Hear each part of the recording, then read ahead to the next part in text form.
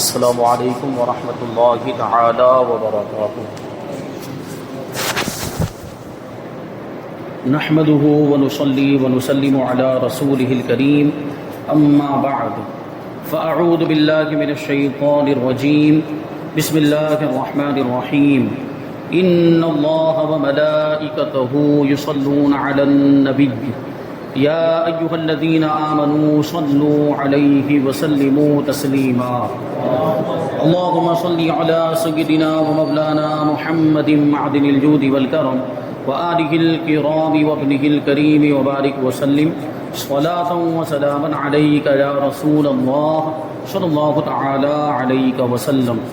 سورہ بقرہ آیت نمبر 123 کی تفسیر ہے۔ اللہ تبارک و تعالی ارشاد فرماتا ہے وَاتَّقُوا يَوْمًا لَا تَجْزِي نَفْسٌ عَن نَفْسٍ شَيْئًا وَلَا يُقْبَلُ مِنْهَا عَدْلٌ وَلَا تَنفَعُهَا شَفَاعَةٌ وَلَا هُمْ يُنصَرُونَ، اور اس دن سے ڈرو جب کوئی جان کسی دوسری جان کی طرف سے کوئی بدلہ نہ دے گی اور نہ اس سے کوئی معاوضہ لیا جائے گا اور نہ کافر کو سفارش نفع دے گی اور نہ ہی ان کی مدد کی جائے گی۔ اس سے پہلے والی آیت کریمہ میں بنی اسرائیل کو مخاطب کیا گیا اور ان کو نعمتیں یاد دلائی گئی،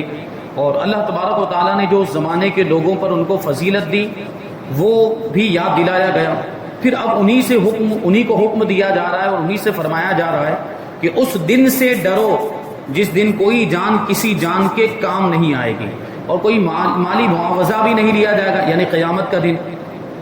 قیامت میں اگر کوئی یہ سوچے کہ میں مال دے کر اپنے آپ کو چھڑا لوں، گناہوں کے عذاب سے، گناہوں کی سزا سے بچ جاؤں، تو پوری دنیا کا مال بھی اگر وہ دے دے، سونا چاندی بھی دے دے، تب بھی اس کی جان نہیں بخشی جائے گی، اس کے گناہ معاف نہیں ہوں گے وہاں پر جانے کے بعد، کیونکہ توبہ دنیا ہی میں ہو سکتی ہے۔ دنیا کے اندر ہی جب تک کہ سورج مغرب سے طلوع نہیں ہو جاتا وہاں تک کہ یہ توبہ کا دروازہ کھلا ہے۔ یا انسان کی زندگی کو اگر ہم دیکھیں تو جب تک کہ سکرات کا عالم طاری نہیں ہوتا اس سے پہلے تک توبہ کی گنجائش ہے اور توبہ قبول ہو سکتی ہے، اور سکرات کا عالم طاری ہو گیا تو پھر توبہ قبول نہیں ہے۔ تو وہاں جانے کے بعد اب اگر کوئی سوچے کہ دنیا کا مال دے کر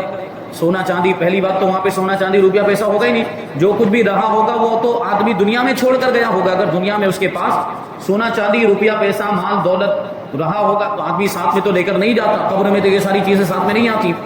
انسان یہیں پر چھوڑ کر جاتا ہے۔ پہلی بات تو وہاں پر اس کے پاس یہ ساری چیزیں ہوگی ہی نہیں، لیکن بفرض محال اگر ہو بھی اور وہ یہ سوچے کہ میں یہ ساری چیزیں دے کر، مال دولت دے کر اپنے آپ کو چھڑا لوں، بچا لوں، نہیں بچا سکتا، نہیں چھڑا سکتا ہوں، اور ان کے حق میں کسی کی سفارش بھی قبول نہیں کی جائے گی۔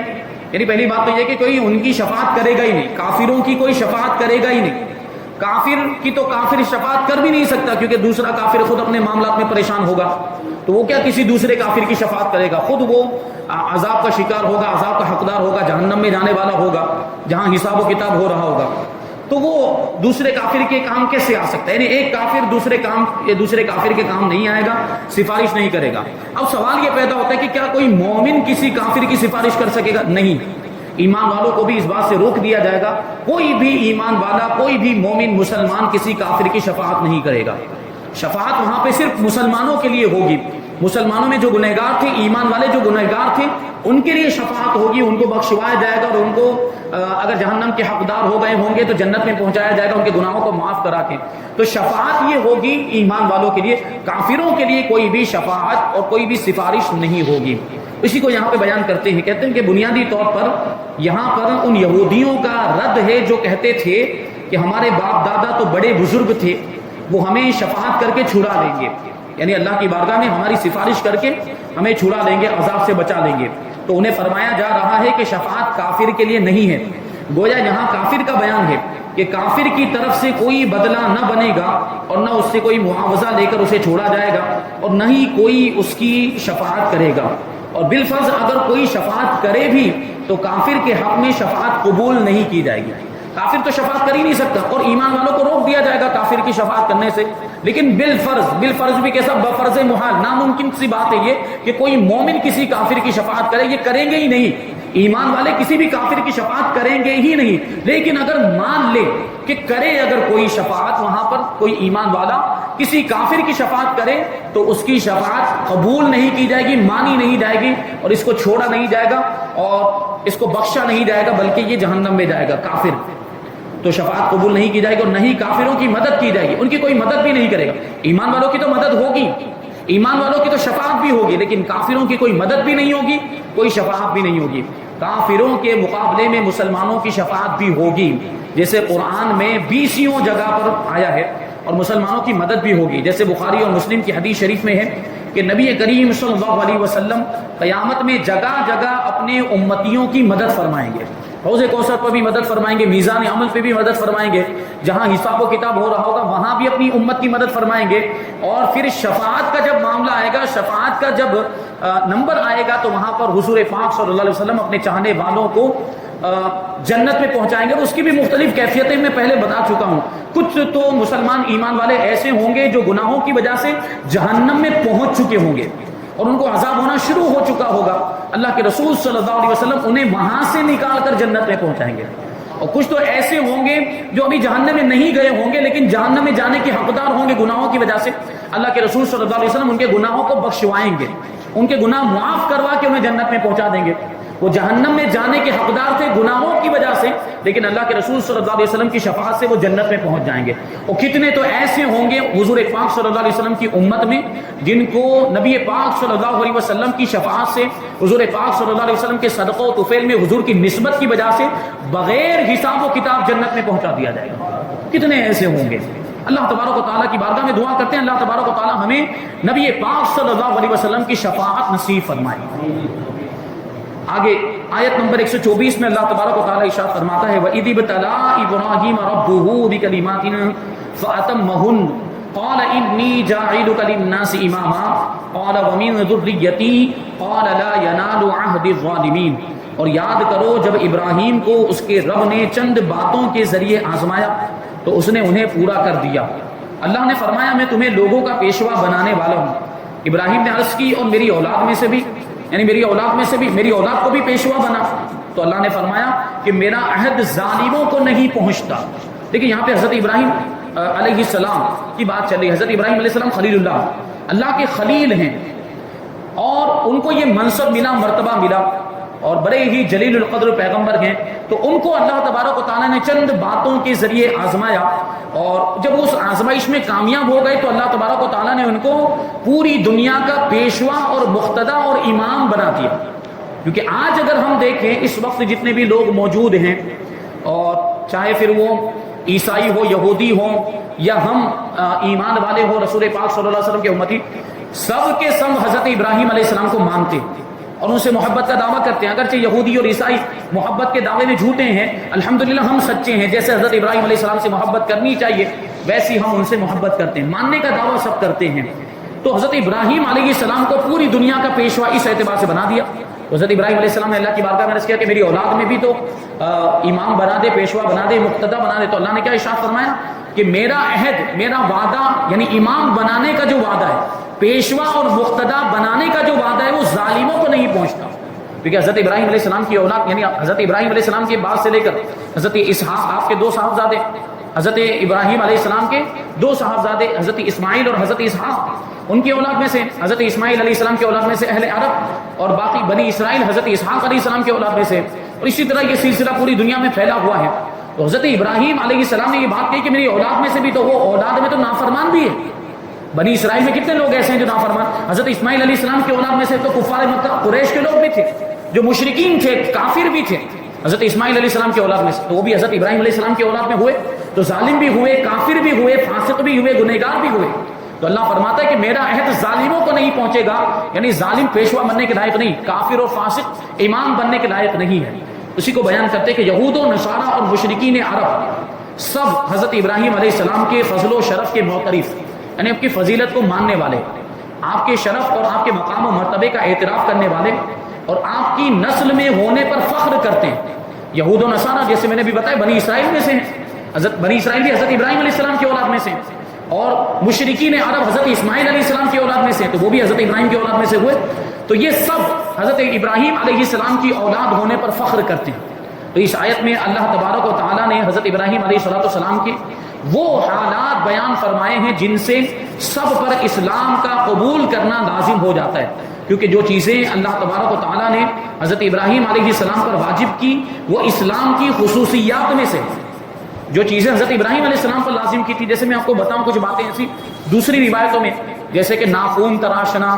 منہ زیر ناف کو مونڈنا، بغل کے بالوں کو اکھیڑنا، اور پھر مونچھیں پست کرنا، ختنہ کروانا، کلی کرنا، ناک میں پانی چڑھانا، یہ سب حضرت ابراہیم علیہ السلام کو ان ساری باتوں، بعض روایتوں کے مطابق ان باتوں کے ذریعے سے حضرت ابراہیم علیہ السلام کو آزمایا، اور حضرت ابراہیم علیہ السلام نے ان ساری باتوں کو پورا کر دیا، یعنی ان کے حقوق کے ساتھ ان کو ادا کیا۔ تو حضرت ابراہیم علیہ السلام کی یہ سب چیزیں حضرت ابراہیم علیہ السلام کی سنت ہے، اور ہمارے دین، ہمارے مذہب، ہماری شریعت میں بھی یہ ساری چیزیں ہیں کہ نہیں ہیں، باقی ہیں۔ تو اس سے پتہ چلتا ہے کہ اسلام یہ مذہب حق ہے،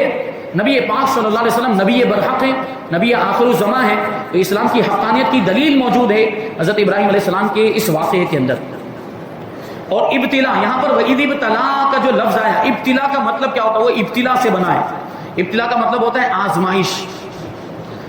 تو خدائی آزمائش یہ ہے کہ بندے پر کوئی پابندی لازم فرما کر دوسروں پر اس کے کھڑے کھوٹے ہونے کا اظہار کر دیا جائے۔ دیکھیں، ہم اور آپ دنیا میں ایک انسان اگر دوسرے انسان کو آزمائے تو کبھی کبھی اس کا مقصد کیا ہوتا ہے؟ سامنے والے کی صلاحیتوں کو جانچنا۔ جیسے ہم اسکول میں اگر پڑھیں یا مدرسے میں پڑھیں، اسکول میں جو امتحان اور ایگزامز وغیرہ ہوتے ہیں تو وہاں کیا مقصد ہوتا ہے؟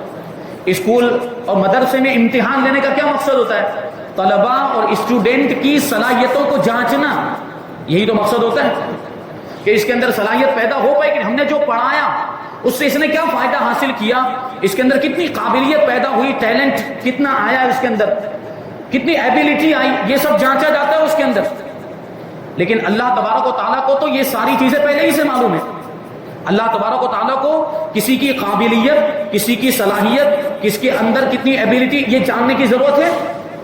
اللہ تعالیٰ تو سب پہلے ہی سے جانتا ہے کس کے اندر کتنی قابلیت اور کتنی صلاحیت ہے۔ تو یہاں پر پھر آزمانے کا مطلب کیا ہوا، اس کو بیان فرمایا جا رہا ہے کہ اللہ تبارک و تعالیٰ نے حضرت ابراہیم علیہ السلام کو آزمایا، یا جہاں پر بھی دوسرے لوگوں کے تعلق سے بھی اللہ تبارک و تعالیٰ نے اپنی طرف جو آزمانے کی نسبت کی ہے، تو وہاں مطلب یہ ہوتا ہے کہ مختلف دنیا کی چیزوں کے ذریعے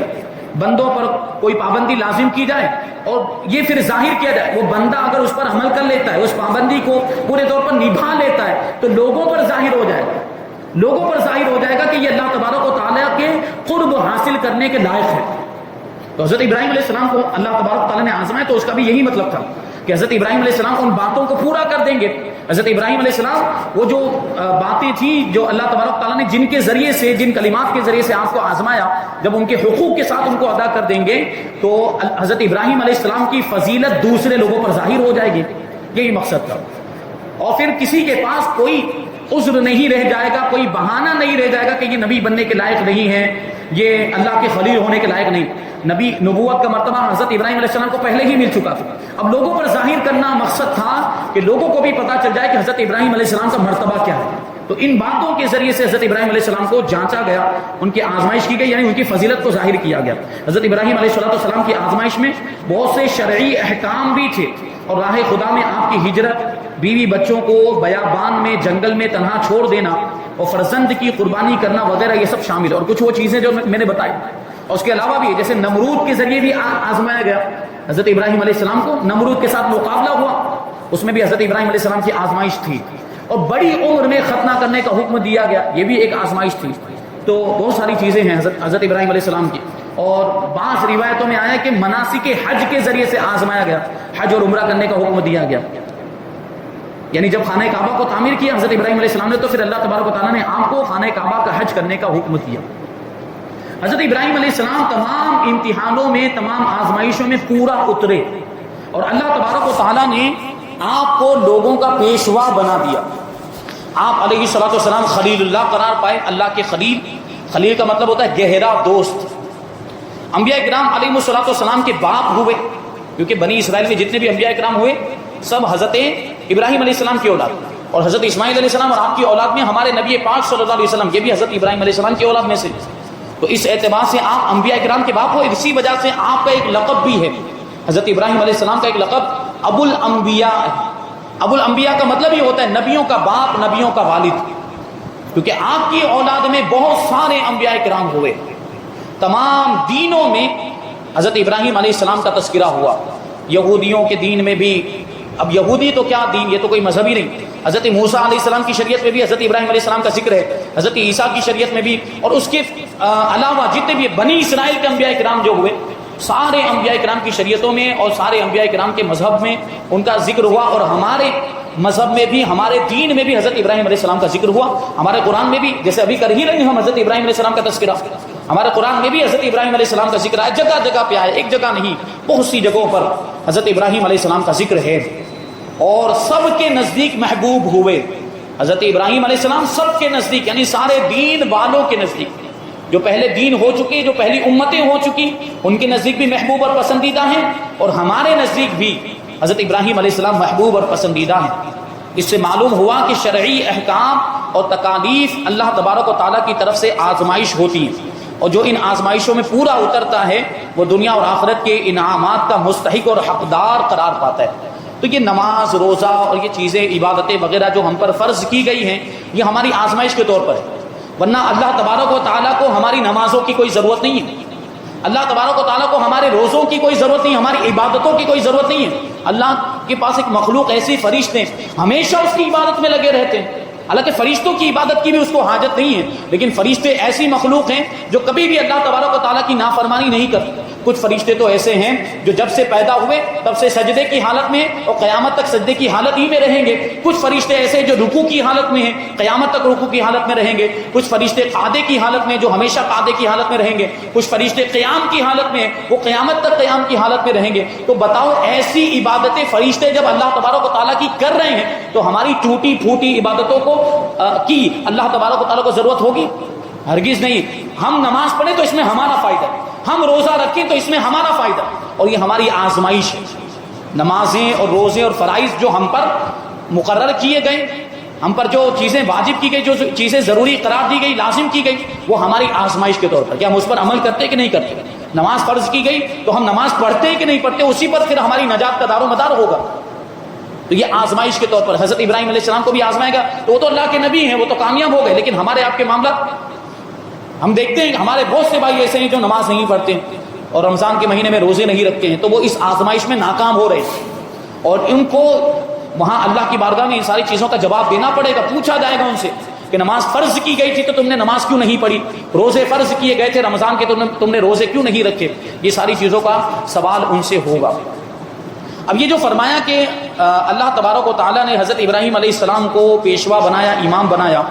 تو یہاں امامت سے مراد نبوت نہیں ہے، کیونکہ نبوت تو آپ کو پہلے ہی مل چکی، نبی تو پہلے ہی سے تھے،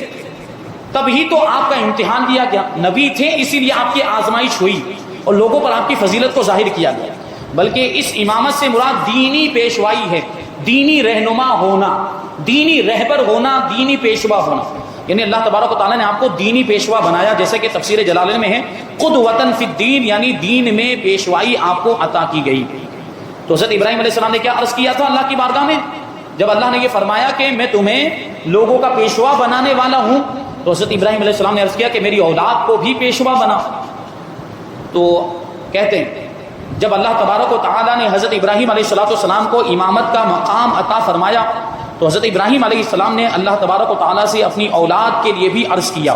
تو اس پر فرمایا گیا کہ آپ کی اولاد میں جو ظالم ہوں گے وہ امامت کا منصب نہیں پائیں گے، وہ پیشوائی نہیں پائیں گے، یعنی اب جو ظالم اور ظالم دو طرح کا ہو سکتا ہے، یا تو کافر یا فاسق، کافر تو پھر کوئی سوال ہی نہیں پیدا ہوتا کہ اس کو امام بنایا جائے، اور فاسق یعنی گنہگار، اللہ کا نافرمان، وہ بھی امام بنانے کے لائق نہیں ہوتا۔ بلکہ ہم اب اپنی شریعت کو دیکھیں تو ہماری شریعت میں تو فاسق کو نماز کا امام نہیں بنایا جا سکتا، اگر کوئی فاسق مولن ہو، کھلم کھلا گناہ کبیرہ کرتا ہو، تو اس کے پیچھے نماز مکروہ تحریمی ہوتی ہے، اس کو امام بنانا ناجائز و گناہ ہے۔ تو ہم نماز کا امام نہیں بناتے تو دین کا رہنما اس کو کیسے بنایا جا سکتا ہے، دینی پیشوا اس کو کیسے بنایا جا سکتا ہے، وہ امام، رہبری والا امام اس کو کیسے بنایا جا سکتا ہے؟ تو کہتے ہیں مفسر فرماتے کہ کافر ہوئے تو دینی پیشوائی ان کو نہیں ملے گی، اور فاسق ہوئے تو نبوت نہیں ملے گی، اور قابل ہوئے یعنی صلاحیت رکھتے ہیں اگر، تو اللہ تبارک و تعالیٰ اپنے فضل سے، اپنے کرم سے جسے جو چاہے گا عطا فرمائے گا، یعنی جو اس میں اہل تھے حضرت ابراہیم علیہ السلام کی اولاد میں ان کو نبوت ملی بھی ہے اور ان کو دینی پیشوائی اور امامت ملی بھی ہے. انبیاء اکرام حضرت ابراہیم علیہ السلام کی اولاد میں جو اس قابل تھے، اللہ تبارک و تعالیٰ نے ان کو نبوت کا منصب عطا بھی فرمایا ہے. تو اس سے معلوم ہوا کہ کافر مسلمانوں کا پیشوا نہیں ہو سکتا اور مسلمانوں کو اس کی اتباع جائز نہیں، اس کی پیروی جائز نہیں ہے. اور یہ بھی معلوم ہوا کہ اپنی اولاد کے لیے دعائے خیر کرنا یہ انبیاء کرام کی سنت ہے. حضرت ابراہیم علیہ السلام نے اپنی اولاد کے لیے دعا کی نہیں؟ تو اپنی اولاد کے لیے دعا کرنا یہ حضرت ابراہیم علیہ السلام کی بھی سنت اور دوسرے انبیاء کرام کی بھی سنت ہے. اور یہ بھی معلوم ہوا کہ اللہ تبارک و تعالیٰ کوئی نعمت عطا فرمائے تو اولاد کے لیے بھی اس کی خواہش کرنی چاہیے. اگر ہمیں کوئی نعمت ملی تو ہم اپنی اولاد کے لیے بھی دعا کریں کہ ہماری اولاد کو بھی وہ نعمت مل جائے. اب یہ الگ بات ہے کہ وہ اس کے لائق ہیں کہ نہیں ہیں. اگر وہ اس کے لائق ہوں گے تو اللہ تعالیٰ عطا فرما دے گا، نہیں ہوں گے تو نہیں ملے گا. بہرحال دعا کرنا چاہیے اولاد کے لیے، اچھی اور جو بھلائی والی دعائیں ہیں وہ کرتے رہنا چاہیے. اور ماں باپ کی جو دعا ہوتی ہے وہ اولاد کے حق میں زیادہ قبول ہوتی ہے. ماں باپ کی دعا اولاد کے حق میں دوسروں کے مقابلے میں زیادہ قبول ہوتی ہے. اس لیے ماں باپ کو تو اولاد کو دعائیں دیتے ہی رہنا چاہیے اور بد دعا سے بچنا چاہیے. کبھی ایسا بھی دیکھا گیا کہ اگر ماں باپ کو بچے نے کوئی تھوڑی سی تکلیف پہنچا دی یا مان لیجیے کہ زیادہ بھی تکلیف پہنچا تب بھی بد دعا نہیں کرنی چاہیے. اس کے تعلق سے بڑے واقعات ہیں کہ ماں باپ اگر بد دعا کر دیتے ہیں تو دنیا بھی برباد ہو جاتی ہے اور آخرت بھی برباد ہو جاتی ہے. اولاد کی بڑا نقصان اٹھانا پڑتا ہے. اور دوسری بات یہ ہے کہ پورے دن میں 24 گھنٹے میں ایک ساعت اور ایک گھڑی ایسی ہوتی ہے جس میں جو بھی دعا کی جائے وہ دعا قبول ہو جاتی ہے. تو مان لیجیے کہ اگر ماں اپنے بیٹے کے خلاف بد دعا کر رہی ہے اور وہ 24 گھنٹے میں سے وہی ساعت اور وہی گھڑی تھی جس میں دعا قبول، تو اس کی بد دعا قبول ہو جائے گی، اس کی اولاد برباد ہو جائے گی. یعنی جو بھی بد دعا کی ہوگی وہ بد دعا لگ جائے گی پھر اس کو، تو اس کی پھر دنیا بھی خراب ہو جائے گی، آخرت بھی خراب ہوگی. اس لیے اولاد کو کبھی بھی بد دعا نہیں دینی چاہیے. اولاد کے لیے ہمیشہ بھلائی کی دعائیں کرتے رہنا چاہیے. یہاں پر آیت نمبر 124 کی تفسیر مکمل ہوئی. انشاءاللہ تبارک و تعالی آیت نمبر 125 اور 126 کی تفسیر ہم آئندہ درس میں شامل کریں گے. اللہ تبارک و تعالی کی بارگاہ میں دعا ہے کہ جو کچھ بھی بیان ہو اس پر ہم سب کو عمل کرنے کی توفیق عطا فرمائے اور نور قرآن سے ہم سب کے دلوں کو روشن اور منور فرمائے. وما علینا الا البلاغ. السلام علیکم.